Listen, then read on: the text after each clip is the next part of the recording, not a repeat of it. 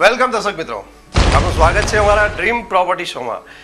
મિત્રો, real estate property ઇન્ફ્રાસ્ટ્રક્ચરમાં આપણે ગયા એપિસોડમાં વાત કરી હતી કે બ્રોકરની ભૂમિકાને લઈને રિયલ એસ્ટેટમાં શું ફાયદો થઈ શકે. પરંતુ મિત્રો, આજે આપણે એક અલગ મુદ્દા ઉપર ચર્ચા કરીશું કે રિયલ બાયર્સ જ્યારે રિયલ એસ્ટેટમાં કોઈ પણ રેસિડેન્શિયલ કે કોમર્શિયલ પ્રોપર્ટી ખરીદતો હોય છે ત્યારે તેને કઈ કઈ બાબતો ધ્યાન રાખવી જોઈએ. નોર્મલી રિયલ બાયર્સ સીધો બિલ્ડર પાસે જતો હોય છે અથવા તો બ્રોકર પાસેથી પ્રોપર્ટીના સોદા કરતો હોય છે. પરંતુ મિત્રો, પ્રોપર્ટી ખરીદીમાં ઘણી બધી બાબતો હોય છે જે આપણે અવેર કરવાની હોય છે, જેવી કે બિલ્ડર્સો પાસેથી ડોક્યુમેન્ટ્સ, કન્સ્ટ્રક્શન, લોન પેપર્સ અને બ્રોકર પાસેથી પણ સેમ એવું આપણે જરૂરી હોય છે. તો એ સિવાય મિત્રો, કયા એવા પોઈન્ટ્સ છે ખાસ કરીને જ્યારે આપ પ્રોપર્ટી લેવાની શરૂઆત ક્યારે કરવી જોઈએ, કેવી રીતે કરવી જોઈએ, જે તે વિસ્તારમાં પ્રોપર્ટી લેતા હોય ત્યાં પ્રોપર્ટીનો ભાવ કોણ નક્કી કરી શકે, આપણને કેવી રીતે ફાયદો થાય, આ સિવાય ઘણા બધા મુદ્દા છે મિત્રો, એની પર આપણે જે ચર્ચા કરીશું. અને ખાસ કરીને જ્યારે રિસેલ પ્રોપર્ટીઓમાં બ્રોકરો પાસેથી નોર્મલી લોકો સોદા કરતા હોય છે, તો શું આપણે માનવું જોઈએ કે બ્રોકરો રિયલ એસ્ટેટમાં રેસિડેન્શિયલ કે કોમર્શિયલ પ્રોપર્ટીઓમાં બ્રોકરનું ઇન્વોલ્વમેન્ટ હોય અથવા તો એની ભૂમિકા હોવી જોઈએ? ઘણા બધા સવાલ છે મિત્રો, અને આજનો ખાસ મુદ્દો કે રિયલ બાયર્સે પ્રોપર્ટી ખરીદીમાં શું શું ધ્યાન રાખવું જોઈએ તેની પર આપણે વિસ્તારથી ચર્ચા કરીશું. આજના અમારા નિષ્ણાત છે ફરી એકવાર રીમેક્સ પ્રોપર્ટી સોલ્યુશનના રિજનલ ડિરેક્ટર મનન ચોકસી. તો ચાલો. Very good morning to you. આ પ્રોપર્ટી શોમાં આજે આપણી સાથે મનનભાઈ ચોકસી છે. આપણે એમની સાથે આજે વાત કરીએ કે બાયર્સે શું મુદ્દા ઉપર ઘર ખરીદવું જોઈએ. રિયલ એસ્ટેટ ઇન્ડસ્ટ્રીમાં બાયર્સે જ્યારે ઘર ખરીદવા જતા હોય એ બહુ જ અગત્યનું અને મહત્ત્વનું પગલું છે. તો લાવો આપણે એમને પૂછીએ કે કોઈ પણ ખરીદવાનું નક્કી કરે એમાં એ શું વિચારવું જોઈએ. રિયલ એસ્ટેટ ખરીદવું એ એક અહમ પગલું છે જિંદગીનું. તમે પોતાનું ઘર ખરીદો, એ ઘરમાં ખાસો ટાઈમ રહેવાના હોવ એટલે તમારી જરૂરિયાત પહેલેથી વિચારવી જોઈએ કે આજે મને 1 બેડરૂમ કિચન ચાલે એમ છે, પણ કાલે હું મારા ગેસ્ટ આવશે, કાલે મારા છોકરા થશે, તો પ્રોબેબલી મને 2 બેડરૂમ કે 3 બેડરૂમ જોઈએ. એટલે મારી જરૂરિયાત તો ઓફકોર્સ 10 બેડરૂમ બી ઓછા પડે. એટલે સેકન્ડ સ્ટેપ આવે છે કે બજેટ શું છે. એટલે first of all you need to know your need. Second is budget, તમારું તમને પોસાય શું છે એ, અને તમને કયો એરિયા જોઈએ છે. કારણ કે આજે એ જ રૂપિયામાં તમને પ્રાઇમ લોકેલિટીમાં 2 BHK મળે, એ થોડુંક એરિયા દૂર જાઓ તો એ જ રૂપિયામાં 3 BHK મળે. સો these are the 3 aspects એ માણસે ધ્યાન રાખવા જોઈએ જ્યારે એ રિયલ એસ્ટેટ ખરીદવાનું ચાલુ કરે ત્યારે. મનનભાઈ, આ તમે બજેટની જે વાત કરી એમાં did you consider home loan? Budget calculate કરતી વખતે હોમ લોનનું જે તમારું એલિજિબિલિટી હોય એ you have to add to your budget. એટલે તમારે ફોર એક્ઝામ્પલ તમારી પાસે 50 લાખ રૂપિયા હોય અને તમારી હોમ લોન એલિજિબિલિટી હોય કે તમને બીજા બેંક 25 લાખ રૂપિયા આપે, તો તમારે ઘર શોધવું જોઈએ 75 લાખનું. That is the real market price which you can afford.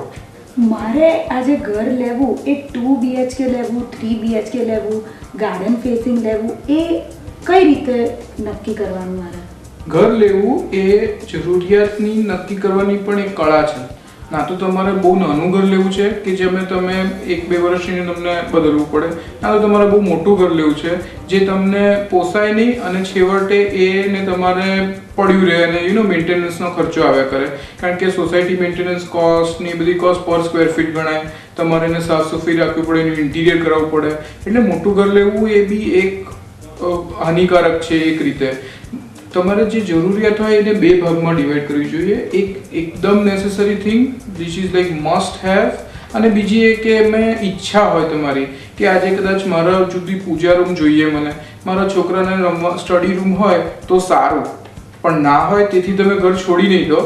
એવું એ તમારામાં ક્લેરિટી હોવી જોઈએ. કારણ કે જો ઘર તમે એમાં કન્ફ્યુઝ થઈ જાઓ કે એક જીવન જરૂરિયાતની વસ્તુ છે અને એક ડિઝાયર છે, એક ઈચ્છા છે, એ બેમાં કન્ફ્યુઝ ના થાવ તો તમે એક આઈડિયલ ઘર લઈ શકો.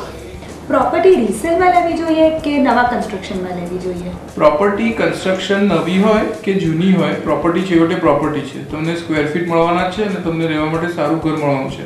પણ નવી પ્રોપર્ટી હોય તો એનું જે ડેટ ઓફ પોઝેશન હોય મે બી 6 મંથ્સ કે 1 યર લેટર હોય અને જૂની રિસેલ પ્રોપર્ટી હોય એઝ ઇઝ વેરીઝ બેઝિસ મળે. એમાં બે ફંડામેન્ટલ ડિફરન્સ એ છે કે તમારે ડાઉન પેમેન્ટ આપવું પડે અને તમને પેમેન્ટના હફતા મળે નવી પ્રોપર્ટીમાં. જ્યારે રેડીમેડ પ્રોપર્ટી રિસેલની પ્રોપર્ટી લો તો ઇટ ઇઝ તમારે જ્યારે પોઝેશન લો ત્યારે 100% પેમેન્ટ કમ્પ્લીટ કરવું પડે. સો એ તમારે ડિસાઇડ કરવાનું છે કે તમે પેમેન્ટ ક્યારે આપી શકો એમ છો. એ પ્રમાણે યુ કેન ડિસાઇડ. એટલે મનનભાઈ તમે એવું કહો છો કે અશ્વમેઘ જેવી જે સોસાયટીઓ હોય એ બિલ્ડરે આપેલી છે કે જેમાં કોઈ ચેન્જ ના કરાવી શકીએ આપણે બહારથી કે અંદરથી પણ કંઈ ચેન્જ ના કરી શકીએ. પણ સત્યાગ્રહ છાવણી જેવી જગ્યાએ આપણે જો પ્લોટ જ આપે તો એમાં આપણે આપણી મનની ઈચ્છાથી કરી શકીએ છીએ. બરાબર છે. પણ સત્યાગ્રહ છાવણીમાં કરીએ તો કદાચ મોંઘું પડી શકે છે પોતાની રીતે. રાઈટ. હવે મને એમ કહો તમે કે ન્યૂલી કન્સ્ટ્રક્શન સ્કીમ હોય તો એમાં કોઈ પણ બાયર શું ધ્યાન રાખવું જોઈએ? ન્યૂલી કન્સ્ટ્રક્શન માં ઘણું બધું ધ્યાન રાખવાનું હોય છે કે જે રેડીમેડમાં નથી હોતું. પણ રીસેલ પ્રોપર્ટીમાં એ બધું ધ્યાન ના હોય. પણ આપણે ન્યૂલી કન્સ્ટ્રક્શનમાં પોઈન્ટ નંબર 1 જોઈએ તો આજે તમે ડિપોઝિટ આપીને તમે આવો અને તમને 6 મહિના સુધી કન્સ્ટ્રક્શન ચાલુ બી ના થયું હોય, ખાતમુહૂર્ત બી ના થયું હોય તો કેવી રીતે ચાલે? એટલે that is one thing is time of completion of the project. એ બહુ ધ્યાન રાખવાનું છે. તમે ડેવલપર જોડે જ્યારે સમજો ત્યારે ક્લિયર ગાઈડલાઈન હોવી જોઈએ કે તમારે હફતા ક્યારે આપવાના છે અને ક્યારે બિલ્ડર તમને સામે કન્સ્ટ્રક્શન કરીને આપશે. Another important thing is developers track record. તમે કોઈ બી ડેવલપરને જઈને પૈસા ના આપી દેવા જોઈએ. તમારે એની પ્રીવિયસ સ્કીમ સ્ટડી કરવી જોઈએ કે એને શું ડિલિવરી કર્યું, એને શું કમિટ કર્યું. ત્યાં રહેતા હોય લોકો, જે લોકોની જોડે બાય કર્યું હોય એને પૂછવું જોઈએ કે આ ડેવલપર કેવો છે. ત્યાં સુધી તમારે એને રૂપિયા ના આપવા જોઈએ. ત્યાં તમારો સંતોષ થાય એવું. અનધર ઇમ્પોર્ટન્ટ પોઈન્ટ ઇઝ કે પેપર. કે હવે સપોઝ કે આજે તમે નવો કન્સ્ટ્રક્ટેડ પ્રોપર્ટીમાં કરી લીધું તો તમે કયા પેપર જોશો? ઇમ્પોર્ટન્ટ પેપર્સ આર કે પ્લાન પાસ છે કે નહીં, બિલ્ડિંગ યુઝ પરમિશન છે કે નહીં, પેલું પોઝેશન લેટર છે કે નહીં, અને એ ઉપરાંત બીજું કોઈ એમાં એન્કમ્બરન્સ છે કે નહીં, કે આજે ઉઠીને એને 2 જણને વેચી દીધું હોય તો શું. અને એ પેપર્સ બધા હાથમાં આવી જાય પછી what you need to do is કે સોસાયટી રજિસ્ટ્રેશન છે કે નહીં. કારણ કે એક બિલ્ડિંગ હોય અને એમાં સોસાયટી જ રજિસ્ટર ના હોય તો there is no common maintenance fund, there is no common maintenance authority. એટલે લિફ્ટ બગડી જાય તો કોની જવાબદારી? બિલ્ડર તો કે મેં તમને આપ્યું છે ફ્લેટ, ત્યારે લિફ્ટ ચાલુ હતી, આ મારો પોઝેશનનો લેટર અને તમે મને ફૂલ પેમેન્ટ આપ્યું છે. 6 મહિના લઈને લિફ્ટ બગડે તો બિલ્ડરની જવાબદારી કે સોસાયટીની? હવે એ સોસાયટી ફોર્મ થવી જોઈએ, એનું રજિસ્ટ્રેશન થવું જોઈએ, એનું મેમ્બર બોડી હોવું જોઈએ, એનો ચેરમેન હોવો જોઈએ. હવે there is another problem કે બધા ઇન્વેસ્ટરને વેચ્યું હોય અને તમે જ એકલા હો આખા સ્કીમમાં તો શું થાય? તો એના માટે બી તમે તમારા લોયરને રાખી શકો અને તમને કંટ્રોલ મળી શકે સોસાયટીનો. પણ બેઝિકલી તમારું ફ્લેટમાં જે રહેવાનું હોય એ સેફ અને સિક્યોર રહેવું એ બિલ્ડરની જવાબદારી છે અને એ સોસાયટીની જવાબદારી છે. એ ફોર્મ થવી બહુ જરૂરી છે. બીજા બધા ઘણા બધા છે, આપણે બહુ ડિટેલમાં આજે નહીં જઈએ, પણ બેઝિકલી આ 4 ઇમ્પોર્ટન્ટ આસ્પેક્ટ છે you should consider while buying a new property. Mananbhai, resale પ્રોપર્ટીમાં પણ ઘણી બધી વસ્તુઓ હોય છે ધ્યાન રાખવા જેવી, તો તમારા પ્રમાણે શું છે?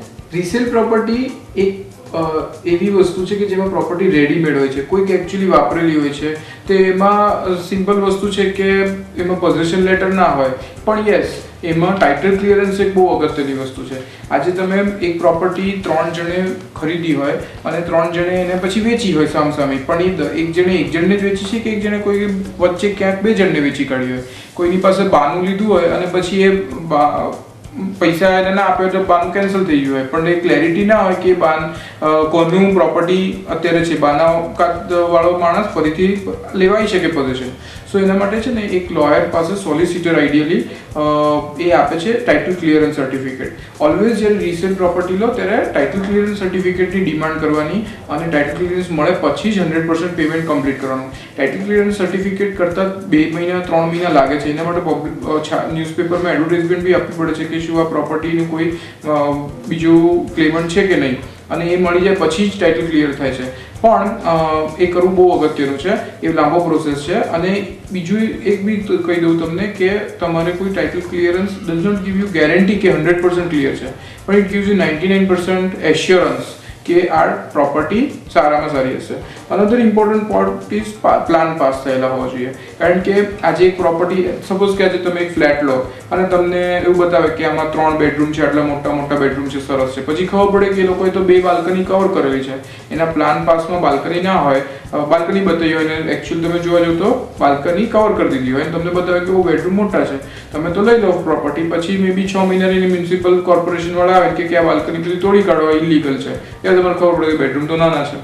So always see the plan pass, જેની પર સર્ટિફિકેટનો સ્ટેમ્પ હોય મ્યુનિસિપલ ઓથોરિટીનો, અને એ પ્લાન પાસ પર જ જે કાર્પેટ એરિયા થતો હોય એ પ્રમાણે જ પૈસા તમારે આપવા જોઈએ અને કરવું જોઈએ. કોઈ બી સાઇડનું વેરિએશન ઇઝ ઇલીગલ.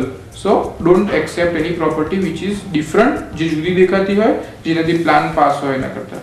તો દર્શક મિત્રો, પ્રોપર્ટી ખરીદતી વખતે આપણને કઈ કઈ બાબતોનું ધ્યાન રાખવું જોઈએ તે આજે મનનભાઈએ આપણને ખૂબ જ સરસ રીતે માર્ગદર્શન આપ્યું. તે માટે મનનભાઈનો ઘણો ઘણો આભાર. આ એપિસોડમાં સમયનો અભાવ હોવાથી આપણે નેક્સ્ટ એપિસોડમાં જોઈશું કે સેલર્સ કે જેને ઘર વેચવાનું છે તે લોકોએ શું શું ધ્યાન રાખવું જોઈએ.